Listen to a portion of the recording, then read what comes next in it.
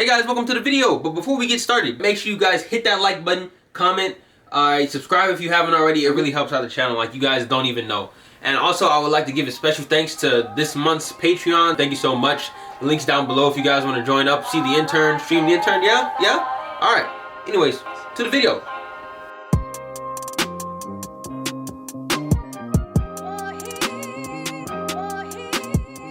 Hey guys, welcome to another video. Spoilers ahead, this is going to be my definitive review of Spider-Man No Way Home. Now, I haven't really talked about this movie a lot on my channel, partially because I haven't made videos like this in a while. But the reason for that, of course, was the intern. Stream the intern if you haven't already. I was more focused on that than I was this movie. I was really hyped for this movie. I got my tickets, you know, as soon as they dropped. I was staying up to like 3, 4 a.m. refreshing my like Fandango, trying to get the tickets. And I ended up getting my tickets. I ended up going to see it with a couple of my friends.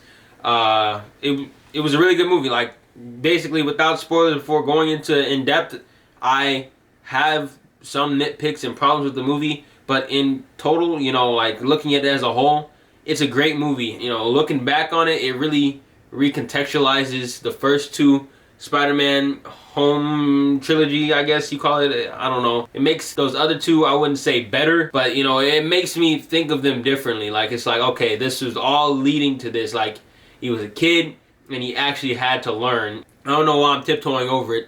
We can talk about spoilers. This is a spoiler review.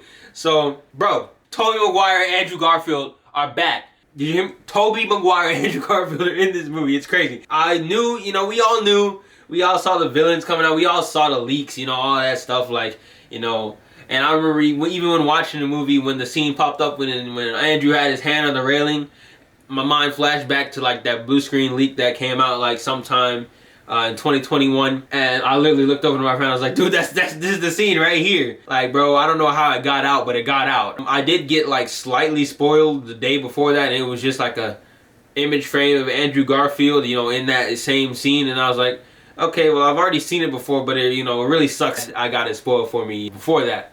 But either way, it was a great film. I enjoyed it from beginning to end. The first hour, straight gas. I was like, yo, there's no way they're messing this up. Like, we hit the ground running. It was all good. Like, literally, you know, the first scene, you know, he's swinging around already, you know, trying to escape the people who just found out his identity. It was great. Like, the first hour before even Tobey and Andrew showed up, like, I feel like the scene that I knew that this movie, there was no way this movie was going to be bad, was the mirror dimension fight.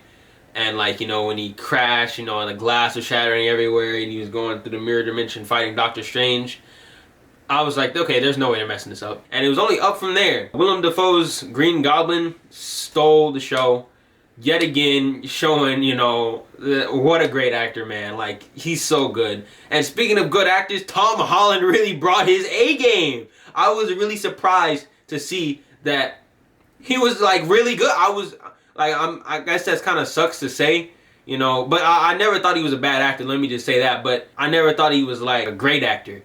Like, when I think of my favorite actors, Tom Holland was, like, not on that list. You know what I'm saying? Like, that's what I mean. Like, he's not bad by any means. But after seeing this, I was like, okay, buddy, you know, giving you the right work, giving you the right writing, you got range. All right, I see you, my boy. This was just another level for me. This, you know, the banter between him, Tobey, Andrew, it seemed like it was so fluid. Like, it seemed like it could have been even somehow improv. It was probably written, you know, 100% probably was written.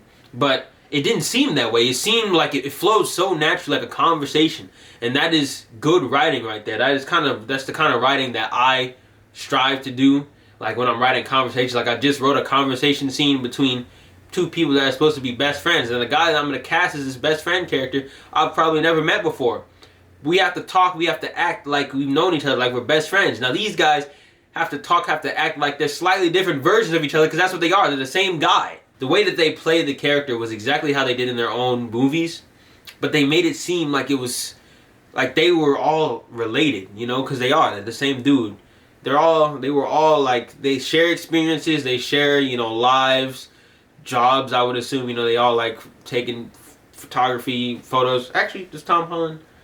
I don't know. Either way, you know, he's probably going to do that in the next trilogy. But either way, the way they played it, it was amazing. I remember the scene where they were on the scaffolding and they all were running, they jumped off, and they all had their different, like, these little details like that. They all had their different ways of swinging.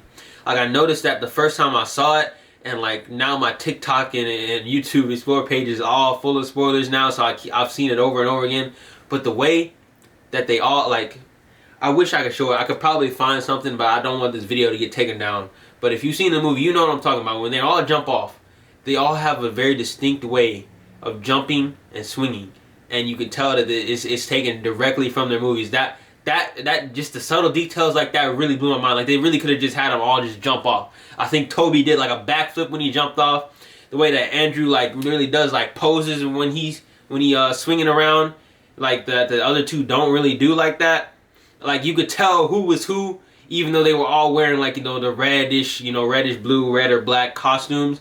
You could tell who was who, just even though it was dark or whatever, because of their mannerisms. They brought it all back, and you know, man, that's hard to do. Like, trust me, you know, after making The Intern, trying to do continuity, trying to keep it up, trying to make sure it was all together and right, it's hard. Toby, for example, he hasn't played Spider-Man in at least 10 years. At least, what is that, 2007? So it's probably shot in 2006.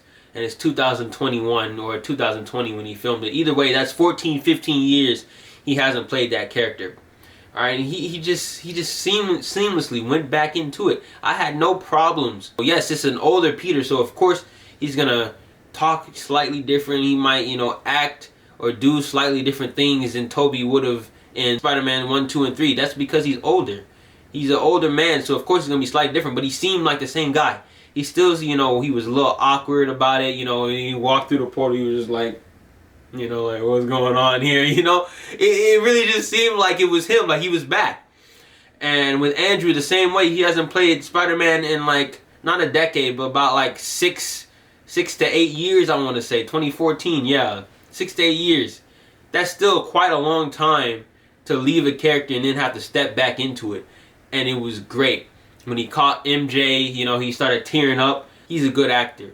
He giving him the good content that he needs, the good writing that he needs, he can blow you away. And that's what he did with this. Alright, he was never really a bad Spider-Man to me. His movies were just not up there, I guess. But he was never a bad Spider-Man. I think that, you know, seeing after No Way Home, I might have to make this a separate video. But Andrew probably was and still is my favorite interpretation of Spider-Man, especially in Amazing Spider-Man 2. The quips, all that stuff, the swinging, it was all, that is what I like to see is Spider-Man in live action. But it's Peter Parker, you know, that's a different story. But either way, you know, it was nice to see the differences and the similarities between them three. Now, I think that's enough with the Spider-Man, you know, but relating that back to all these legacy actors that are coming back, they were seamlessly stepping back into these roles.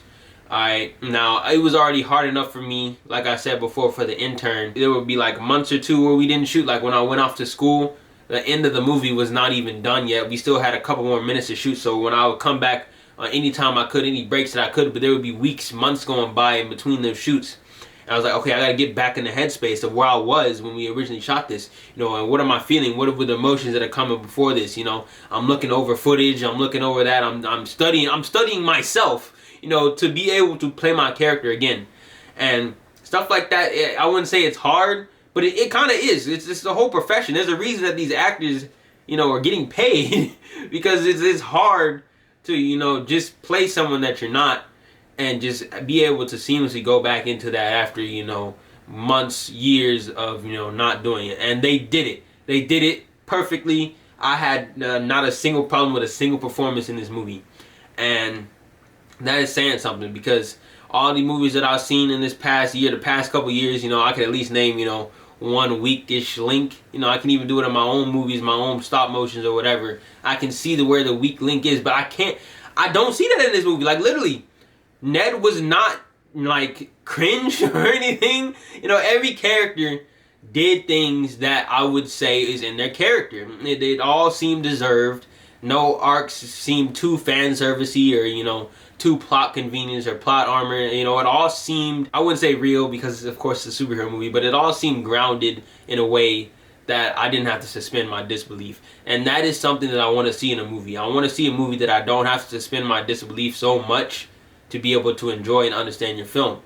And I think they really got it. I think John Watts and the whole creative team really got that with this one. And I love to see what he's going to do for Fantastic Four. I'm not sure if he's coming back for Spider-Man 4, 5, and 6, the college trilogy or whatever they're calling it. But I would love to see, you know, what else he does with the character or what else they do with the character. I think he's in good hands, Spider-Man. I love to see, you know, Amazing Spider-Man 3. I love to see Tobey Spider-Man 4. Are they happening? Probably not, you know, but this was still a love letter to the fans that I will never forget, that I will never not enjoy. And I'm going to watch again in like the next couple of days. I'm not even joking. But yeah, that is my spoiler review for Spider-Man No Way Home. If you want to see me talk about something else or talk about, you know, other Spider-Man related things, leave your thoughts, comments down below. Make sure you like, subscribe, and I'll see you guys next time. Peace.